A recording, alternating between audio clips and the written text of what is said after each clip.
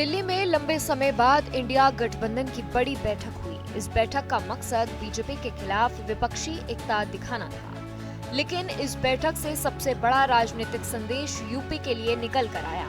Samajwadi party के प्रमुख अखिलेश यादव ने कांग्रेस और खास तौर पर राहुल गांधी को साफ संकेत दिया है कि अगर विपक्षी एकता को मजबूत रखना है तो क्षेत्रीय दलों को उनकी ताकत के हिसाब से सम्मान और हिस्सेदारी देनी होगी। बैठक में अखिलेश यादव ने ये भी मुद्दा उठाया कि डीएमके और आम आदमी पार्टी जैसे कुछ सहयोगी दल मौजूद नहीं थे। उन्होंने कहा कि इन दलों को साथ बनाए रखने की जिम्मेदारी कांग्रेस की है, क्योंकि कांग्रेस विपक्ष की सबसे बड़ी राष्ट्रीय पार्टी है। बैठक में राहुल गांधी और अखिलेश यादव की नजदीकी भी देखने को मिली। दोनों नेताओं के साथ की तस्वीरें सामने आई, जिससे ये चर्चा तेज हो गई कि साल 2027 के यूपी विधानसभा चुनाव में कांग्रेस और समाजवादी पार्टी एक बार फिर मिलकर चुनाव लड़ सकती है।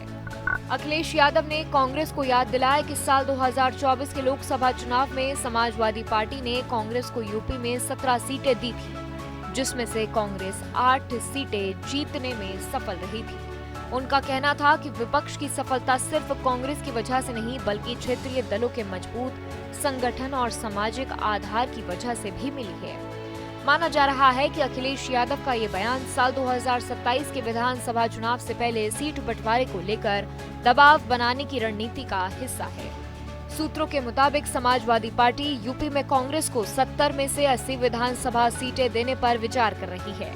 पार्टी चाहती है कि हर जिले में कांग्रेस को एक सीट दी जाए ताकि समाजवादी पार्टी के कार्यकर्ताओं में नाराजगी न हो।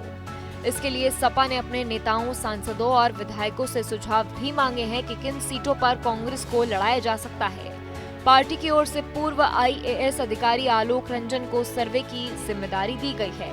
उनकी टीम ये पता लगा रही है कि किन सीटों पर कांग्रेस की स्थिति बेहतर हो सकती है और जातीय समीकरण उनके पक्ष में है। समाजवादी पार्टी का मानना है कि लोकसभा चुनाव में 37 सीटें जीतकर वह यूपी की सबसे बड़ी विपक्षी ताकत बनकर उभरी है। इसीलिए विधानसभा चुनाव में गठबंधन की अगुवाई भी वही करना चाहती है।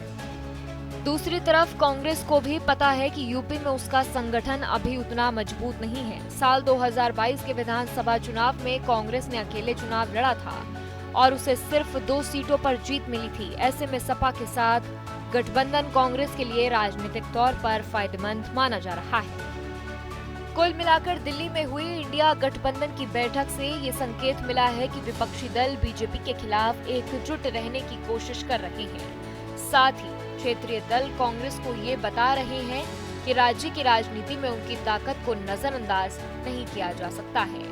अखिलेश यादव ने दिल्ली से ही यूपी की राजनीति का संदेश देते हुए साफ कर दिया है कि साल 2027 के चुनाव में समाजवादी पार्टी गठबंधन की अगुवाई करना चाहती है और सीट बंटवारे में भी उसकी भूमिका सबसे अहम रहने वाली है। आपके मोबाइल पर तुरंत आएगी ब्रेकिंग न्यूज। स्क्रीन पर सबसे पहले दिखेगी बड़ी खबर। देश दुनिया की हर खबर एक जगह। अब आपके मोबाइल पर तुरंत फटाफट इंस्टॉल कीजिए न्यूज नेशन ऐप और रखिए खुद को अपडेट।